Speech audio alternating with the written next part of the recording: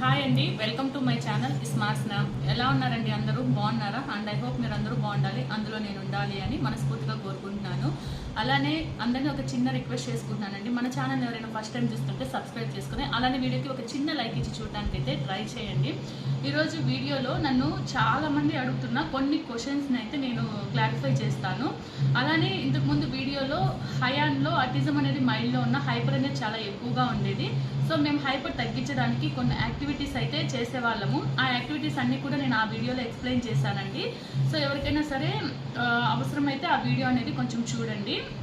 అంటే హైపర్ తగ్గించడానికి ఏం ఫాలో అయితే బెటరు అనేది నేను ఆ వీడియోలో క్లియర్గా చెప్పానన్నమాట.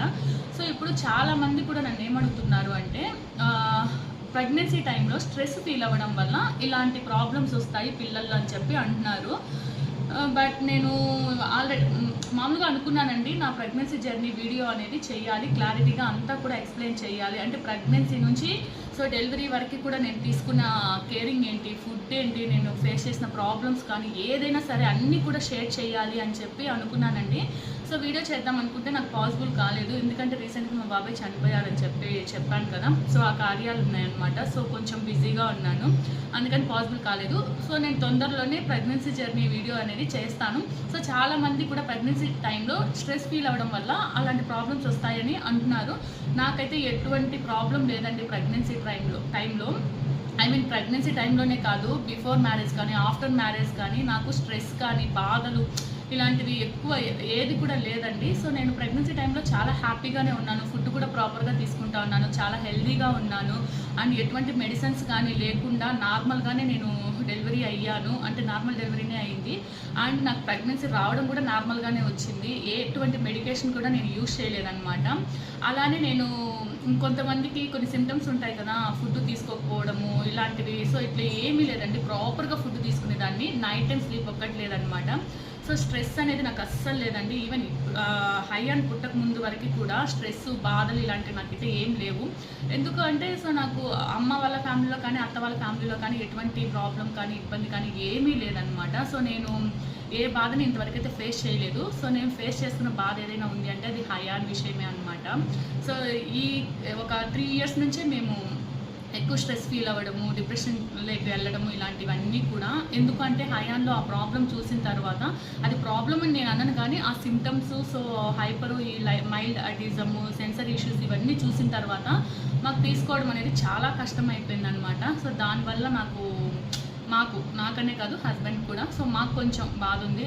ఫ్యామిలీలో అందరూ కూడా బాధపడుతున్నారు ఏదైనా ఒక విషయం గురించి అంటే అది హయాన్ గురించే అనమాట. సో ప్రెగ్నెన్సీ టైంలో అయితే నాకు స్ట్రెస్ కానీ ఏమీ లేదండి, నేను నార్మల్గా ఉన్నాను. ఫుడ్ కూడా హెల్తీ ఫుడ్డే తీసుకున్నాను అనమాట. సో టెస్ట్ కూడా నాకు అన్ని టెస్టులు చేశారండి, అన్నిట్లో కూడా మంచిగానే నార్మల్గానే వచ్చింది. ఏది కూడా నాకు ప్రాబ్లం అనేది చూపించలేదు. బేబీ గ్రోత్ కానీ అంతా బాగుంది. బట్ ఎందుకు ఇలా జరిగిందో కూడా నాకు తెలియదు. అండ్ ఇంకొక విషయం కూడా ఏంటంటే చాలామంది కూడా ఏమంటున్నారు అంటే పుట్టుకతోనే ఉంటుంది, మీరు అబ్జర్వ్ చేయలేదు, అబ్జర్వ్ చేయండి అంటున్నారు. 1 year 3 months వరకు మేము అబ్జర్వ్ చేసిన దాన్ని బట్టి చెప్తున్నాను. సో తనైతే పర్ఫెక్ట్గానే ఉన్నారండి, మాకు ఎక్కడ ప్రాబ్లం అనేది తెలియలేదు. ఐ మీన్ ఇలాంటి సిమ్టమ్స్ అనేది తెలియలేదన్నమాట. కాకుంటే ఏంటంటే చెప్పాను కదా మీకు ఆల్రెడీ, సో స్లో ఇంప్రూవ్మెంట్ ఉన్నది, అదొక్కటే అనమాట. అంతేగాని ఇంకా వేరే ఏది కూడా మేము వాళ్ళు ఐడెంటిఫై చేయలేదండి. 1.5 year తర్వాత మేము ఐడెంటిఫై చేసాము. సో అప్పుడు మాకు అనిపించింది, అంటే స్పీచ్ డిలే అని మాత్రమే అనుకున్నాము, కాకపోతే ఇలా జరిగింది. ఇంకా చాలా క్వశ్చన్స్ అయితే అడిగారు, నేను కామెంట్స్ కూడా చదవలేకపోయానండి, కొంచెం ఇట్లా బాబాయ్ పనిలో అట్లా ఉన్నామన్నమాట. సో నేను మ్యాక్సిమం ఇంకా అందరి కామెంట్స్ కూడా రిప్లై ఇస్తాను. అలానే ఇంకా రెగ్యులర్గా కూడా వీడియోస్ పెడతానండి. సెన్సరీ ఇష్యూస్ని తగ్గించడానికి కొన్ని యాక్టివిటీస్ అయితే మేము హయాన్కి ఫాలో అయ్యాము, అది కూడా నేను నెక్స్ట్ వీడియోలో మీతో షేర్ చేసుకుంటాను. ఇప్పుడు పర్టికులర్గా నేనైతే ప్రెగ్నెన్సీ టైంలో స్ట్రెస్ ఫీల్ అవ్వడం వల్ల ఇలా పుట్టారని చాలా కామెంట్స్ వచ్చాయి, మెసేజెస్ కూడా వచ్చాయి. బట్ నేను మళ్ళీ చెప్తున్నాను కదా, ప్రెగ్నెన్సీ టైంలోనే కాదండి, బిఫోర్ మ్యారేజ్ కానీ ఆఫ్టర్ మ్యారేజ్ కానీ ప్రెగ్నెన్సీ టైంలో కానీ నిజంగా నేను చాలా హ్యాపీ ఉన్నాను. సో చాలా లక్కీ కూడా అని చెప్పుకుంటాను అనమాట. నేను హయాన్ పుట్టిన తర్వాత కూడా 1.5 year వరకు మేము చాలా హ్యాపీగా ఉన్నామన్నమాట.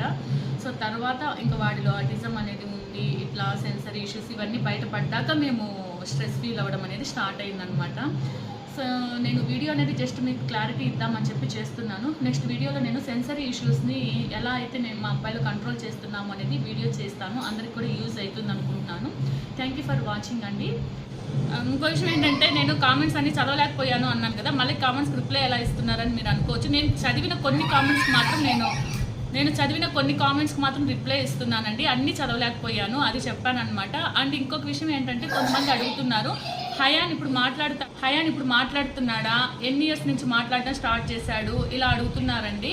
సో హయాన్ అయితే ఇప్పటికి కూడా మాట్లాడలేడు. సో ఇప్పుడు వాడు మామూలుగా ఏంటంటే, ఇప్పుడు కదండి 1 year బేబీ బిలోనే వాడు అమ్మ అవ్వ ఇలా కొట్టుకోవడం ఇవన్నీ ఉండేవి. తర్వాత తగ్గిపోయాయి. రీసెంట్గా మేము థెరపీస్ ఇప్పించినప్పటి నుంచి అమ్మ అవ్వ అనే పదాలు అయితే యూజ్ చేస్తాడు. బట్ మనం చెప్పినప్పుడు అట్లా పిలవడండి.